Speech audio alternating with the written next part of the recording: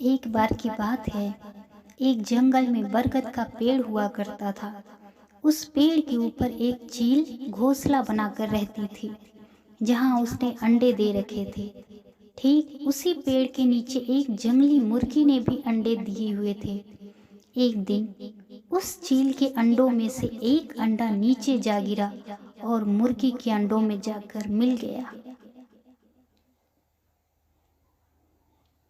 समय बीतता गया, अंडा फूटा और चील का बच्चा उस अंडे से निकला और वह यह सोचते हुए बड़ा हुआ कि वो एक मुर्गी है।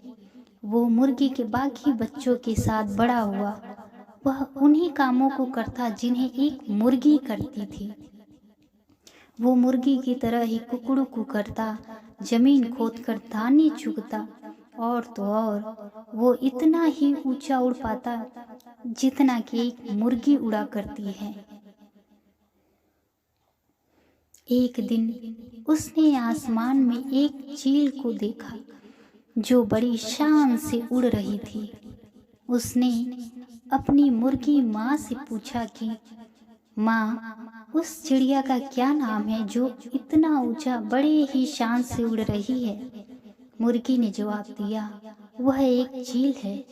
फिर चील के बच्चे ने माँ से पूछा, मैं इतना ऊंचा क्यों नहीं उड़ पाता? मुर्गी बोली, तुम इतना ऊंचा नहीं उड़ सकते क्योंकि तुम एक मुर्गे हो, यानी कि मेरी औलाद हो। उसने मुर्गी की बात मान ली और मुर्गे की तरह जिंदगी जीते हुए एक दिन मर भी गया।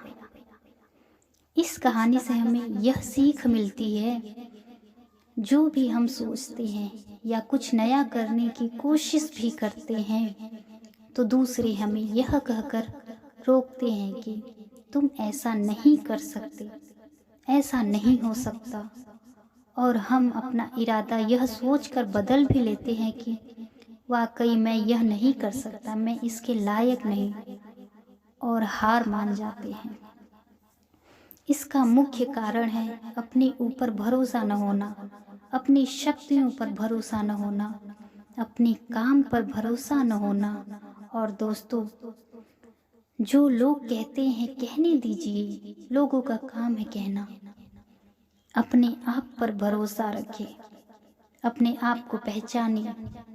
अगर जीत निश्चित हो तो कायर भी लड़ जाते हैं। बहादुर वो कहलाते हैं जो हार निश्चित हो फिर भी मैदान नहीं छोड़ते, डटे रहते हैं। मुर्गी तो एक माँ थी जो चील के बच्चे को भी अपना बच्चा समझ के पाल रही थी। माँ की ममता ही कुछ और होती है।